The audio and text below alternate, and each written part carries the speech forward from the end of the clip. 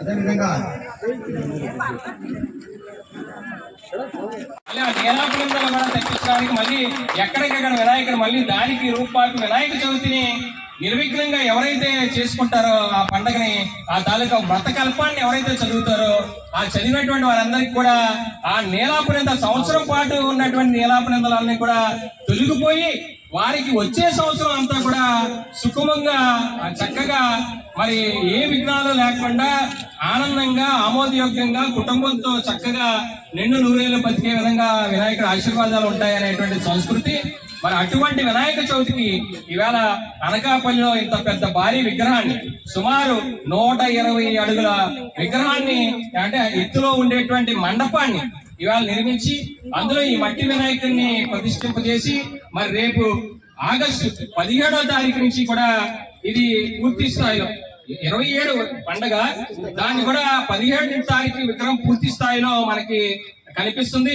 అక్కడి నుంచి కూడా అన్ని కైంకర్యాలతో స్వామివారిని ఏవైతే ధూప దీప నైవేద్యాలు స్వామివారికి చేస్తారో అదే విధంగా దేవాలయంలో ఏ విధంగా అయితే చేస్తారో అదే విధంగా ఈ 9 రోజులు మొదలుకొని 23 రోజుల పాటు నిర్విఘ్నంగా దేవాలయాల్లో చేసే ప్రతి కైంకర్యాలు కూడా ఇక్కడ ఈ స్వామివారికి చేయడం జరుగుతుంది.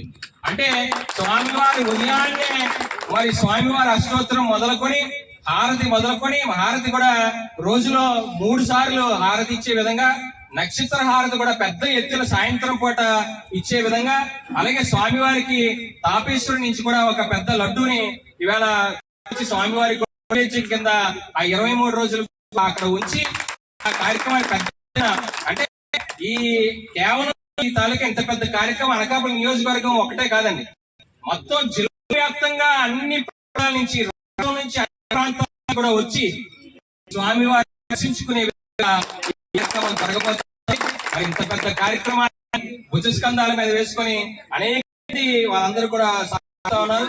వారందరూ ధన్యవాదాలు తెలుసుకుంటూ మరి కమిటీ వారు కూడా మరి పూర్తిగా ఈ కార్యక్రమం మొదలైన దగ్గర చివరి వరకు మళ్ళీ అనుకునే స్థాయిలో అందరికీ తోచినంత సాయం వారు పూర్తి స్థాయిలో ఇవ్వాలి. అంటే కేవలం డబ్బు కాదు, సాయం ఇప్పుడు స్వామివారి సేవ చేయాలంటే ఎవరైనా సరే భగవంతుడు సేవ చేసే ఇప్పుడు కూడా ప్రజలకు సేవ చేస్తే భగవంతుని చేసినట్టే అని ఆ భగవంతుడు. ఎందుకంటే భగవంతుడు ఎప్పుడు కూడా 24 గంటలు నాకు కొబ్బరికాయ కొట్టి లేకపోతే మన గౌరవనీయులు తెలుగుదేశం పార్టీ రాష్ట్ర ప్రధాన కార్యదర్శి అయినటువంటి డాక్టర్ రత్నాకర్ గారు, అలాగే ఎలక్ట్రానిక్ మీడియా పాత్రికేయ మిత్రులకు సోదరులకు అందరికీ కూడా నమస్కారం. ఈరోజు ఈ సంపత్ వినాయక విగ్రహం ఆవిష్కరణ చేసిన ప్రతి ఒక్కరూ కూడా పేరు పేరు ధన్యవాదాలు తెలియజేసుకుంటున్నాండి. తెలుగు రాష్ట్రాల్లో కనీవిని ఎరగని రీతిలో పెద్ద వినాయకుడిని మనం కూడా గిన్నీస్ రికార్డ్ అనకాపల్లి పేరు నిలిపేలాగా ఒక కార్యాచరణ ప్రకారంగా అన్ని సంఘాల సహకారాలతో తీసుకొని ఇక్కడ పెడదామని చేసినటువంటి మతాల భాను గారు, నరసింహరావు గారు, వాకాడ నరసింహరావు గారు, అలాగే మన కొత్తూరు గోవిందరావు గారు, అందరూ ప్రతి సంఘాల నుండి కూడా కుంచావరి నుండి కానీ ప్రతి సంఘం ప్రతి ఏరియా నుండి కూడా వచ్చారు.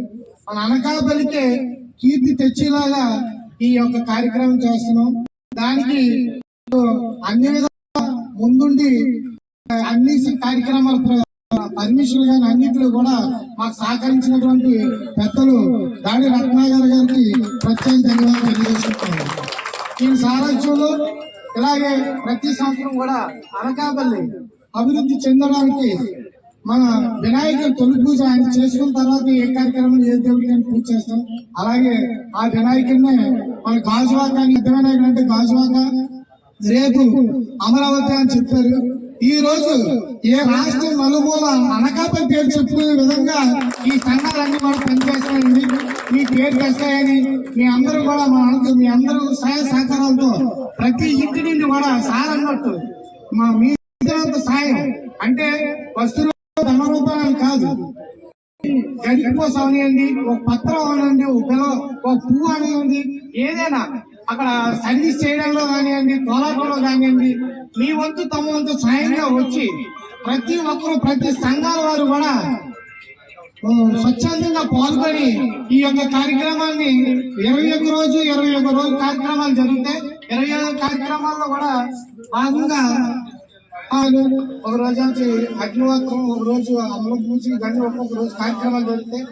కక్షాల కోలాటాలు, భరతనాట్యం, ఒక్కొక్క కార్యక్రమం. దానికి మీరు వాలంటీర్గా ఒక్కొక్కరు తీసుకుని ప్రతి సంఘం వారు ఎందుకుంటే మనకి ఇలాంటి కార్యక్రమం పెడతాం అంటే అందరూ కూడా గౌరీ పరమేశ్వర ఆలయ కమిటీ పెద్దలందరూ ముందుకు వచ్చి బాబు మాకు ఒక రోజు ఈ కార్యక్రమాన్ని మాకు అప్పచెప్పండి, మేము కూడా చూసుకుంటాం ముందు కూడా వచ్చి ప్లీజ్ గౌరీ పరమేశ్వరి పెద్దలు కూడా పేరు పేరు ధన్యవాదాలు.